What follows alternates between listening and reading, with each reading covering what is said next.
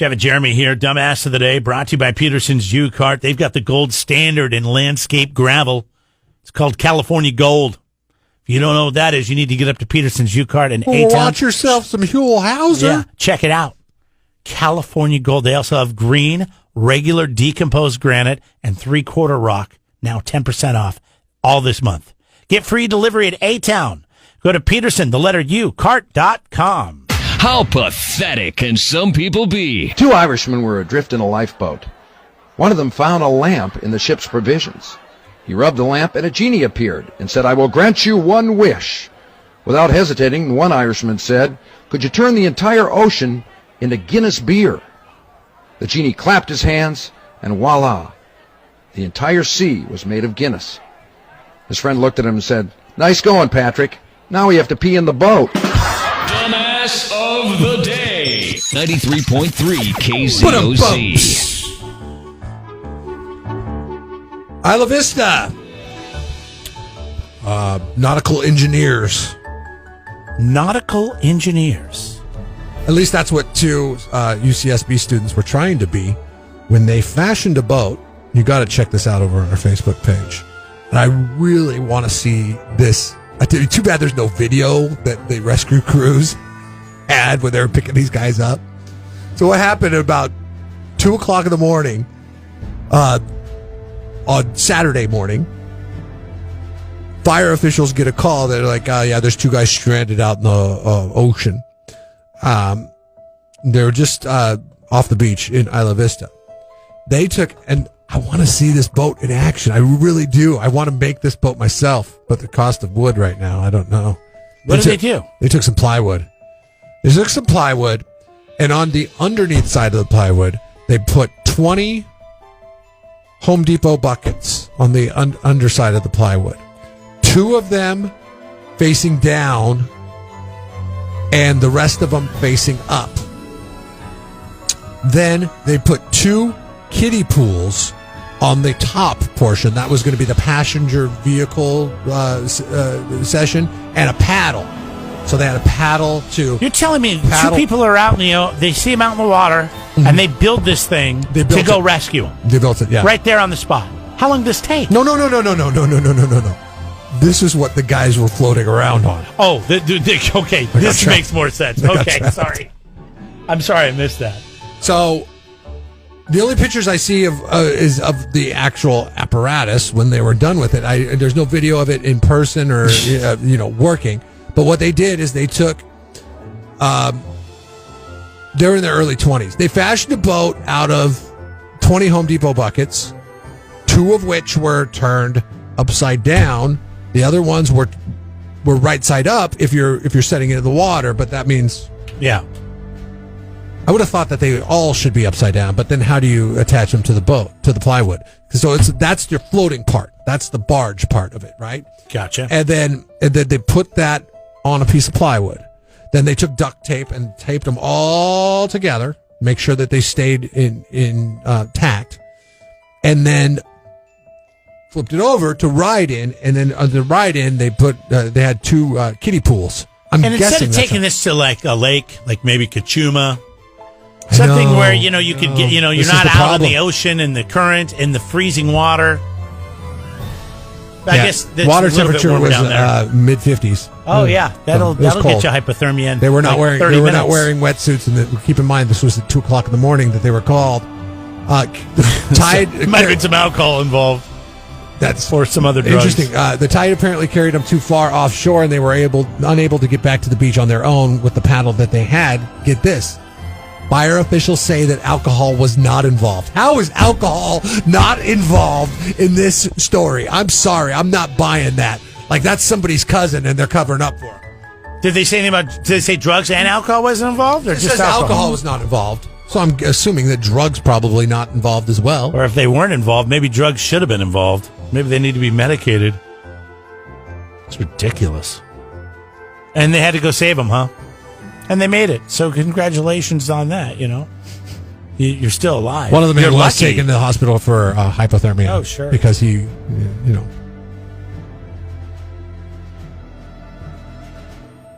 boat arrived to drop off some oil platform workers, and that's how they were saved. Lucky, man. So easy not to see people in the water. Did you say if they had life jackets on? I'm assuming they would. Wouldn't you have a life jacket on? It doesn't say whether or not they did, but wouldn't you?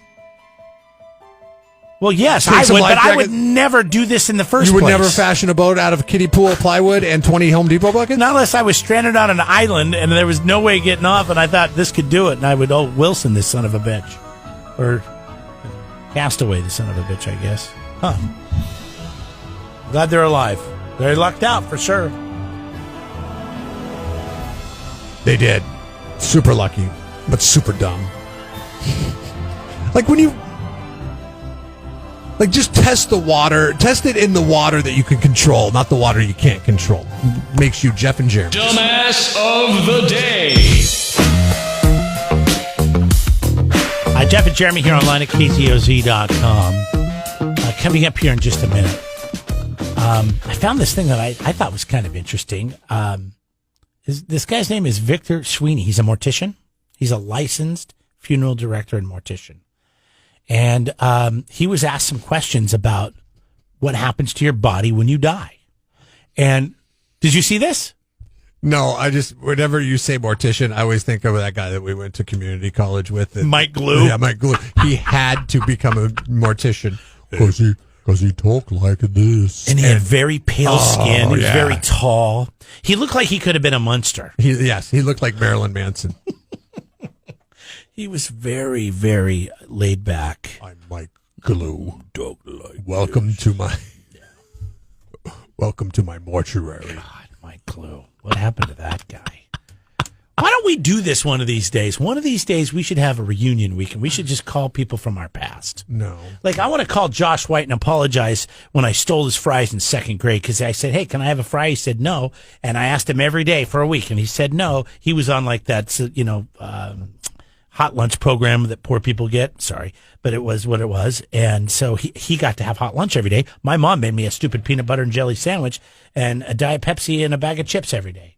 And I just wanted a French fry because I love French fries. And he kept saying no. And my buddy distracted him, and I took all of his French fries and shoved them in my mouth one day. Now that I'm older, and I thought I was teaching him a lesson, like you should share. But now that I'm older, I realize, poor kid, he was poor and probably the only meal he got that day. And I ate his fries. But I would like to reconnect with some of these people. But coming up in just a minute. It's impossible to find Mike Glue. I'm trying to do it right now. If you've ever wondered what You happens know what the hell you're talking about, French fries over there. to your bowels when you die, you probably, unless you just went, you might have something in there. God, I don't know. I want to know that. Can I walk away for the next segment? Don't you want to know? No. Does it just come out? I always thought it just comes out. I don't want to know this at all. But he's going to answer that question, plus some other ones as well, talking about the smell. Gross. This is the grossest thing. I don't It's want to deal life, with Jeff. this. Jeff, it's life. You're born, you die, you decay. We'll You get to have it next. poop in you.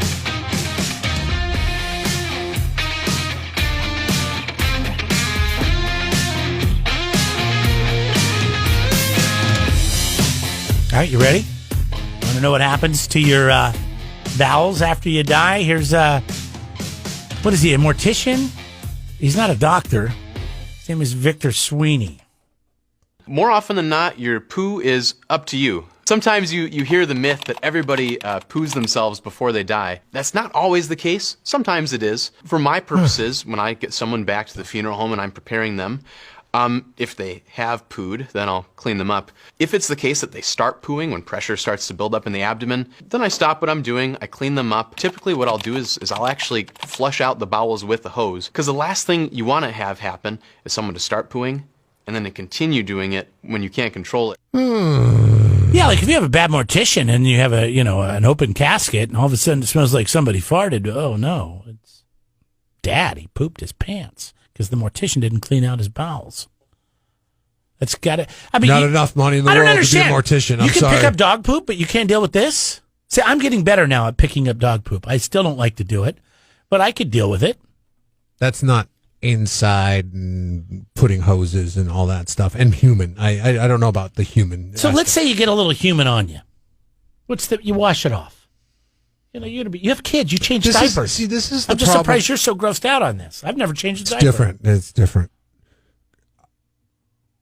I'm now starting to rethink about my final days and how I want to go about them. I want to poop as much as often, but the problem is, if you've known anybody in their final days, getting them to do things like go poop as much as they possibly can is impossible.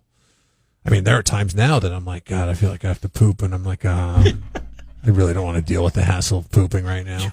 So I'll put it off, and I'll put it off, and I'll put it off, and the next thing I know, it's the next day, and I wake up, and I'm like, oh, man, I should have pooped yesterday when I felt like pooping. Does the mortician cremate you? Because, I mean, if we just cremate everybody, then the mortician is really out of a job, right? He can't embalm you. He can't get you ready. Hey, can't clean out your bowels. I'm pro cremation 100%. So you're going to be cremated? Yeah, I think I am. I've talked to my wife about it. I don't want to go in a casket. I want to be cremated, and I want my ashes spread at a certain place, and I don't know, that may change, but I mean that's our plan right now. So. He wants his ashes spread in the place where it's hardest to get to in the world. Yep. Make his wife work. Not for the hardest love. place to get to in the world. Well, it's it's just the not place easy. that I love the most up in Hell's Canyon. You have a cat. You might want to get rid of your cat. Will my cat eat me when I die? Possibly. Hopefully. I think the short answer to that is yes. I've heard of that happening from colleagues of mine. And as we all know, cats being inferior to dogs, they will do anything. They are opportunists. I believe it. My cat. They're different. It's Cats are just different, man. comes up to me in the middle of the night, will just like sit there in my face and purr loudly, like as if I wonder if she thinks maybe possibly I could be dead and that there's some snacking to do there. So like I wake up, I'm like startled because there's the cat face right in my face going. I'm like, what do you want? Get away from me. Just act like you're dead and see if she tries to bite you. Hey, get away. She was licking my nose the other night. That was weird. Dead bodies smell awful. Rotting anything smells awful. We are hardwired to think that dead human bodies smell bad. And it's a smell you never forget. I myself, I went out to a nice restaurant to have some aged steak, and I couldn't do it. See, that's what I don't need to know. I don't know what a dead body smells like. I'm sure you don't as well.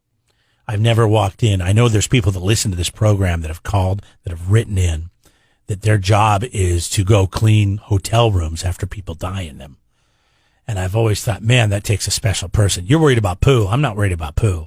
I'm worried about what a rotten because I've been, salmon fishing, steelhead fishing, when the fish go up to spawn and then they die out and they wash up on the banks and they just rot. It's the worst smell. It's the worst. Rotting flesh is disgusting. And I would imagine a human being as big as they are, even worse. Yesterday we were talking about the razor blades in the walls. Remember when we worked at that janky radio station in Washington? Oh, with the dead mice? And the mice used to crawl into the walls to hide, and then the dummies that owned the radio station would give them poison to kill them off. And then, the problem with that was they would die in the walls, and it would just be this sour, no air conditioning in this building, by the way, sour smell all summer long. And then those mice would attract the cats. Remember the feral cats? Yeah. There you go, cats eating dead bodies. Yeah, they were looking for the mice. We had a building that was abandoned and all these feral cats. There was probably, 20 plus cats in there at one point? Disgusting. They finally tore all that down. It's like as soon as we left, they redid the radio station. They remodeled it. Oh, really? They tore the building down. They paved that parking lot. They got rid of the feral cats. I always thought the building that was abandoned was nicer than the building that we were in. Had a better floor plan, at least. So next time you smell aged meat, there you go, buddy. That's what you're going to smell like when you rot. Jeff and Jeremy in the morning. So yesterday we were talking about Saturday Night Live and how we couldn't really name anybody. And I forgot Kenan Thompson's name was Kenan Thompson from Saturday Night Live. It takes us the was guy embarrassed. that's been there for 20 years to remember a name. I mean, I remember his face. I just didn't put his name because I don't watch. I mean, it's so rare that I watch Saturday Night Live. It's usually I see something on social media or online. There's like a little video snippet that pops in. That's how I consume it now. Ben writes in and he says that Saturday Night Live is nothing like it once was. And the problem with Saturday Night Live, and I've watched it on a few occasions here and there, but it doesn't grab me, is the live factor of it. And now a good percentage of them are not done in front of the studio audience. They pre-record it and then they play it like it's a joke parody of a commercial or something along those, or even full-on skits that are recorded, and they're just recorded and played back in front of the audience. Sure. Whereas, you've taken your inventory where it used to be 9 live skits where anything could happen. Now it's trimmed down to 4 live skits where anything can happen. Yeah, because somebody would trip and fall, and then everybody would break character and lose it and laugh. And that was what it was. That was when it was great. He references, he and Ben references the time that John Belushi was the samurai stockbroker, and this was before my time. But he actually accidentally cut another cast member in the forehead with his sword. Oh God! And he was bleeding, and the show just went on. I mean, that is what people tuned into Saturday Night Live for, not the political stances of the cast members. We don't care about that. We want the live aspects of it. One of my favorites is the Debbie Downer one, when it's Is that Fallon that's sitting there and he can't keep a straight face? Yeah. And he can't Rachel keep a straight face. Rachel Dratch is Debbie Downer, and she can't stop from laughing for all the stuff that she's saying, and she's the one executing it.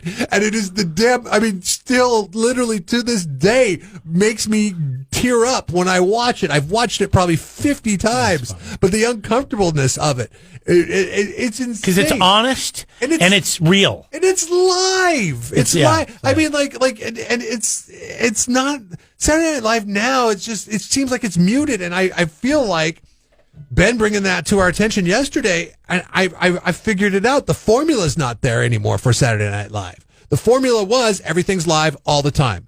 Now, because technology makes it easier, and we fall victim to this in radio too, that we just allow things to not breathe. We were like, okay, we can produce it, we can get it together into a tight little thing, and then it's there. Whereas when it's live and in front of a studio audience, anything can happen. You have to execute. Anything can happen, and it can go in any direction, and that's what's great is when the unexpected happens, and then it takes this hard right, and next thing you know, it just goes into this really funny, wasn't planned direction. Like yesterday, the funniest part of the show should have been you and me arguing about the dude's name, which went on for another 20 minutes after the show was over. Like during the song, I think we played Foreigner while we were waiting to come back and ask the question. We got an argument over the guy's name. The winner's name was Raleigh, and Jeremy thought he said Brawley. And I was like, how many Brawleys do you know? Isn't Raleigh a more common name? And he got pissed off, and he came up with some kind of concoction lie that said that he... it's not a lie. There's a Brawley, California, and I know somebody named Brawley. I know there's a town named in California named Brawley. I know. I've met people named Brawley. I don't know them. I'm not friends with them. I can't call them up right now. We're not Facebook friends. You can't confirm their name. But I've met people named Brawley. More than one. You sure about that? Yes. Because you have selective memory. People call in, it's usually to support your arguments. And when people call in and they say Raleigh, and I say, is that Brawley with a B or Raleigh with an R? Because that's exactly what I said to Raleigh. Right. And he said, no, it's Raleigh with an R. It's like saying Jim. Is it Jim with a J? But don't you think or is it Tim with a T? That's different. Jim and Tim are very easy to mix up. So is Brawley and Raleigh. No, because Brawley doesn't exist. Raleigh exists. There's thousands of Raleighs in this country. I looked it up. I don't know how many Brawleys It's an English origin name meaning slope. There might be like 2 or 3 Brawleys in the United States. Yes. If anybody knows someone named Brawley, please text us right now, or you can call and put Jeff on the spot. Yeah, you put me on blast. Brawley. Because like Brawley, California. If your name is Raleigh and you're getting asked, is your name Brawley with a B or Raleigh with an R? You're like, what the hell? I just think that it's very arrogant for you to think nobody that is named Brawley when it's definitely a name. Right. It's an English. I looked it up. I'm not woke. Very common. You're right, Jeremy. I'm not woke to people with uncommon names. I'm sorry. God, but you're woke. That's all we need to hear.